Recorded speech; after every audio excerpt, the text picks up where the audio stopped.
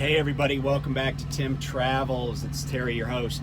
So took a little bit of a hiatus, took a few days off. I was home, went to the Navy game on Saturday at Navy Marine Corps Memorial Stadium in Annapolis.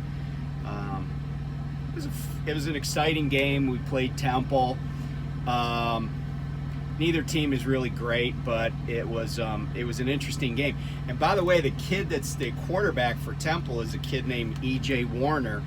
And you might not know E.J., but you know his dad. His dad is Kurt Warner, NFL Hall of Famer. And, the kid is good, but I can't tell you. His numbers look like crap, but I can't tell you how many passes were dropped. If they had receivers that would catch a pass, I don't think Navy would have been able to stay with their offense. So a lot of mistakes made on both sides, but a late touchdown that really was, again, not handled by the Temple receiver. It was clearly a fumble. It showed on instant replay, but they did not reverse the call, so it came down to, went into overtime, and Navy won it in overtime. They scored a touchdown on their first possession, and then intercepted Temple to end the game. So that was fun. I got to see a lot of my family members. We tailgated and stuff, so it was cool. So yesterday was Halloween, and we were back on the road, and it was Halloween trick-or-tricking at Hershey in Hershey, Pennsylvania. So, I'm going to tell you about that in a minute. But I'll tell you about it now. So, what happened was we got a load. It was supposed to, and I even got a message saying, "Oh yeah, this trailer's loaded. It's ready to go." Gave me the trailer number, everything. I go up there. I get the trailer I had on my back fueled. I go up there, and I go in. I give them the number. And they're like looking confused. But I will say that the 3PL that handles the shipments out of there has been struggling with computer issues for a while. But anyway, they look a little confused. I'm like, well, hey, I got the trailer number. And the guy's like, okay. So I give him the trailer number, and he says, oh, that trailer's at 100 Enterprise Court or Avenue or whatever. He's like, I think that's another one of the facilities, and they'll just bring the trailer here, and it'll be here not later than midnight. Now, several things wrong with what he said. First of all, it was supposed to be a drop and hook, and it was supposed to already be ready. In fact, by this point, I was actually past the window. This is like 1 o'clock in the afternoon. I'm actually past the end of the window. And then the other thing, though, that was even more concerning is the address. He was like, yeah, I think that's the other facility up the road. I'm like, no, it's not. I said, I know that address by heart. That's the Hershey facility in Edwardsville, Illinois. So not really close to Hershey, Pennsylvania. So then, I sent a message to dispatch, and my fleet manager was out yesterday. But, they're like, oh, we'll talk to sales, blah, blah, blah. Well, then I kind of, that load was going to Illinois, so it made sense to me that it would have been filled in Illinois because it was going to a place that I know, a company that delivers to, convenience stores and stuff. So I'm like, okay. And then they're like, yeah, we're trying to figure out what's going on. And so finally I said, hey, why don't you just take this load off me, put another load on me? Because clearly I'm not picking this load up, because the trailer's not here. So they put another load on me, but I have to leave the one facility and go to the other facility. So I go to the other facility after I get this new load, and I go in there, and they said, again, I was told, yeah, the trailer's loaded, it's ready to go. So I go there, I go in the facility, they're like, yeah, that trailer's already been taken to the facility you were just at. I'm like, oh, okay. But I think the lady felt bad. I said, because I was like, oh, so it's already gone down there, which has happened to me before, by the way. And so she said, yeah. I said, and they'll have the bills and everything. And she's like, yeah. But she felt bad, so she comes out and she hands me 6 candy bars. So I got the cookies and cream, I got the regular Hershey's, and I got the Hershey's with whole almonds. So 6 candy bars, right? So I was like, okay, who am I to say no? So I get the 6 candy bars, I get back in the truck, put them in the fridge. So then we go down to, and you'll know this code, but it's HECPAL, if you work for Prime. And we go back to the facility that's technically in Palmyra. So I go inside. I'm like, hey, I need to get this load, and it's this trailer, and the lady told me it's been brought down here. And he's like, that trailer, we don't have that trailer here. And I'm like, well, what are the odds that and he's like, they told you it's already been brought down here? I'm like, yeah. So he said, you can sit here and wait for it to show up, right? So I'm like, well, I'll just go out to the truck. So I say to dispatch, I'm like, hey, they're telling me the trailer's not here yet. So I wait, and they're like, yeah, it's there. And they send me these coordinates. So I plug the coordinates into Google, and I'm kind of watching Google as I'm like putting down the road towards where I think the trailer is. But then I realized he sent me coordinates for my own truck, not for the trailer I need to pick up. So I'm like, those are not the coordinates for the trailer. That's my truck, because when I move, the dock moves. So he's like, no, I know it's there. I'm like, okay. So if you know this facility I'm talking about, it's big. There's a lot of trailers, and there's a lot of Prime trailers. We drove the entire facility. We checked the doors. We checked the whole perimeter, all the interior lanes. There easily was 50 Prime trailers there. Am I exaggerating? No, there was 50 trailers, easy, but not the one we needed. And so I'm like, look, man, we've looked at every freaking spot on this place, even the doors with, I'm like, it's not here. So then by this time, one of the night dispatchers had come in, and we have one night dispatcher that's really sharp, and he's good. So he's like, I'm going to send you an email, but I don't think it's the facility you're at, because now they got a picture.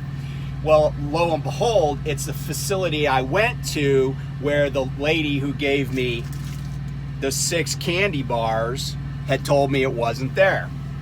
So I'm like, okay. And so I looked at the picture, and I'm like, yeah, that's the other facility. So we go back there, and instead of going inside, I just started looking for the trailer based on the picture that I was emailed. I find the trailer, and I hook to it. And, I do my pre-trip on the trailer, my pickup trailer inspection. And I go to the office, and I'm like, hey, about 2 hours ago, I came here and asked for this load in this trailer, and you told me it wasn't here, but it's now on my back. And I said, I just would like to get the paperwork for it. Because truthfully, I said to my co-driver, I don't know if we're going to have to go back to where the 3PL is to get the paperwork from them, where they have the kiosks and everything. So they're like, oh, okay, it should be right here. And they go through a stack, and it's not there. And they're like, and then I noticed that some dude has signed for that trailer. Like, it's the very last entry on the sheet, like 2 minutes before I walked in the office. And they're like, oh, this guy, I won't say his name, he's getting the trailer. I'm like, well, he's not getting the trailer. He might have the bills, but he's not getting the trailer because the trailer's on my back. It's hooked to my truck. So the lady was like, oh, there's this truck. Let me go catch him. So she goes out there. His truck's vacant. And then she comes back, and she's like, I think he's in the bathroom. So lo and behold, the dude is in the bathroom, and he comes out, and they're like, hey, do you have the documents for this trailer? And he's like, yeah. And so I was like, yeah, that I already got that trailer on my back. Or no, he said, oh, glad you caught me because I was going to be gone, you know. And I'm like, no, you weren't. I mean, you might have left, but you weren't going to leave with the trailer because I already got it. So got that all solved. But the new lady that was talking to me, she felt bad, so she gave me the Halloween pack. Now this thing looks to have like it's got about 5 candy bars and a bunch of Hershey's Kisses inside. Some of them look like Christmas, and these gold things, they're little like caramels. And I said, and so then seeing that I was like in a superior bargaining position, I was like, you guys don't have any Reese's Cups? Because that's really what I like. And I always make my kids, I always tell my kids they're poison and they got to put them in the fridge for me when they trick or treat. Although I only have one kid that trick or treats anymore. So anyway, that's our story. We finally got on the road and we're actually going to Edwardsville. So we got 1,679 subscribers. Couple of interesting things in 1679. On November 27th, 1679, there was what I would refer to as a mass conflagration. That's your vocabulary word for the day, conflagration, just like it sounds. That means an enormous fire. And that was on November, like I said, November 27th. It burnt down 80 houses, all the warehouses, and every ship in port in Boston. So I guess way before Mrs. O'Leary's cow kicked the lantern over, Boston had a really major fire. And you know, I mean, like, what are they going to do back in those days? It's not like they had fire hydrants or whatever. And if you've ever been to Colonial Williamsburg, they actually sell the buckets. Because what would happen is, and there's a scene in the movie John Adams based on the book, but the John Adams movie with Paul Giamatti and what's her name, Laura Linney. That was really good, by the way. But anyway, there's a scene in it where he gets his bucket, his leather bucket, and there's a house fire somewhere in Boston, and he's like bailing water and passing it down the line, like that bucket brigade. So everybody had like their own bucket, and everybody would pitch in. There were no fire departments or anything. Quick fact about fire departments. So back in the early days, fire companies would actually get in fist fights at fire scenes. Like, this is while there's a fire going on. They would get in fist fights to see who was going to get to put the fire out, because they got paid by the insurance companies, not by the city or whatever. They weren't volunteers. They were actually like mercenaries for the insurance companies. Okay, so what I wanted to talk about, really, here we are 13 minutes into this, is the loads and, you know, the quality of loads that are available and what's you know out there right now. And here's the thing, and I heard my good friend Lyle talking about this, and I think we're in a period where, because we've had trouble getting team loads,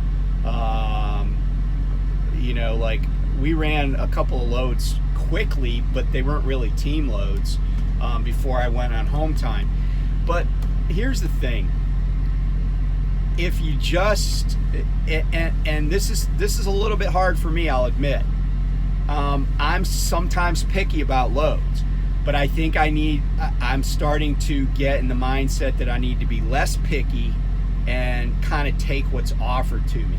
Because yeah, I can still wait for loads, but you know, and I am confident that Prime is going to continue to get loads. I think if you look at the contract market, you know, these big shippers are not going, they're going to take advantage to some extent. And I think the delta between the contract market and the spot market is going to continue to shrink, right? Because actually the spot market is lower right now than a lot of the contract rates. So I think contract rates are going to come down. So we may be running a load for, you know, that we used to run for $1,200, maybe only paying $1,000. But here's the thing to keep in mind, right? Keeping the wheels turning. And look, if you get a load and it has time on it, right? Since we feel like there's a shortage of loads, and we've been told that, fleet managers are saying, hey, you know, pushing customer service and taking what's there, right? So I may take loads into places I don't normally run. I may take loads from places I don't normally want to pick up. There's certain shippers I just don't like. You know, certain receivers I just don't like, but I might just like suck it up. And because I'm not, as I said earlier, in this part of it, I'm not really in a superior bargaining position. I mean, I could still reject a load, but I don't know if that's in my best interest. So if you're out there and you're like, hey, you know, any load is better than no load, right? I mean, unless it's really a money loser, and I can't imagine, because the interesting thing is fuel surcharges are starting to tick back up, if you've noticed, and there are some issues with diesel fuel shortages, but you know, the conventional wisdom is that shippers are not going to, they might take advantage a little bit of the rates and that delta closing up, but they're not going to starve out their best carriers. Why? Because it's counterproductive for them. There may be some carriers that fail, or some carriers that consolidate. You know, we've seen a lot of that in the market anyway, right?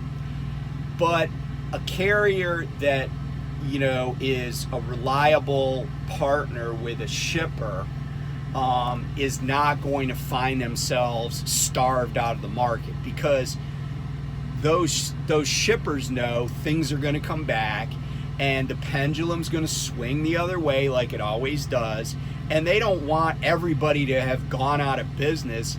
And, you know, then there's all these pop-up companies that are kind of like fly-by-night that, you know, they're already out of business, but they'll come back. You know, they're like noxious weeds that are going dormant right now, but next spring you'll see them in your garden again, right? They don't want that. They want to keep it. It's just like the United States government has basically said, hey, we always need to have at least one aircraft carrier in some kind of planning and overhaul, and at least one nuclear submarine being built, because we don't want to lose that corporate knowledge, right? That does that. And the truth of the matter is, there are big differences between shippers, and, you know, that's why they're pushing customer service. Yeah, it might not be as easy as it was a year ago to make money, but there's still some money to be made. And by hanging in there, and, you know, instead of, maybe you're a guy that was used to clearing as a solo driver, you were used to averaging 5,000 a week to the truck. Well, maybe now it's only going to be 4,250 to the truck, you know, if it's all other things being equal. And maybe that's just going to have to be good enough for a little while. But, you know, we just need to keep our powder dry, tighten things up a little bit, and be less selective. You know, if you're doing things right, you still should be able to make money at these lower rates. And here's the thing, right? Like, using that macro 27, you know, just lifting your foot off the pedal a little bit, and you know, just hanging in there, and availability, right? Availability is key. You can't just take like massive amounts of time off, because you never know what's shipping in that week. Like, there might be a week where there's a lot of loads to be moved, and you can make better money than a week where all of a sudden things are slow. So as we get, you know, we're officially in the holidays. I mean, let's be honest, it's November 1st. I've already seen Christmas stuff for sale at stores over the weekend. So, you know, this is, we're right in the heart of the fourth quarter when a lot of companies, do well that are in retailing, and we have to be there for them, but also understand that, they're not running a charity and they can't just throw money at us like they were a year ago. So anyway, my message is just stay the course. Trucking's not going away. There still may be a rail strike. A couple of unions have rejected the contract that the government had worked out and when they got involved. So I don't know if there's going to be a rail strike. And the thing is, right, like on our end of things, a lot of times it's a trailing, it's a lagging, what they call a lagging indicator, because orders that are placed now for things won't end up on our trucks for 6 months. So we just gotta hang in there, keep your powder dry, put your money aside. Don't spend it like you got it if you don't have it. And now's probably not the time to be making major moves financially. It's the time to stay liquid and cautious. So anyway, I hope that rings a bell with somebody, and and I'm still getting ready to order a truck. I just got to figure out what I want to get. I'm still bullish on this industry. Still bullish on Prime. It's Prime isn't my favorite company every single day, but most days it is, and I'm gonna stick it out and just continue doing what I'm doing, and like I said, try to be efficient, try to be get stuff on time to places, be careful, don't make any unforced errors, and come out on the other side ready to roll. So anyway, talk to you soon. Thanks for tuning in, and be safe out there. Bye.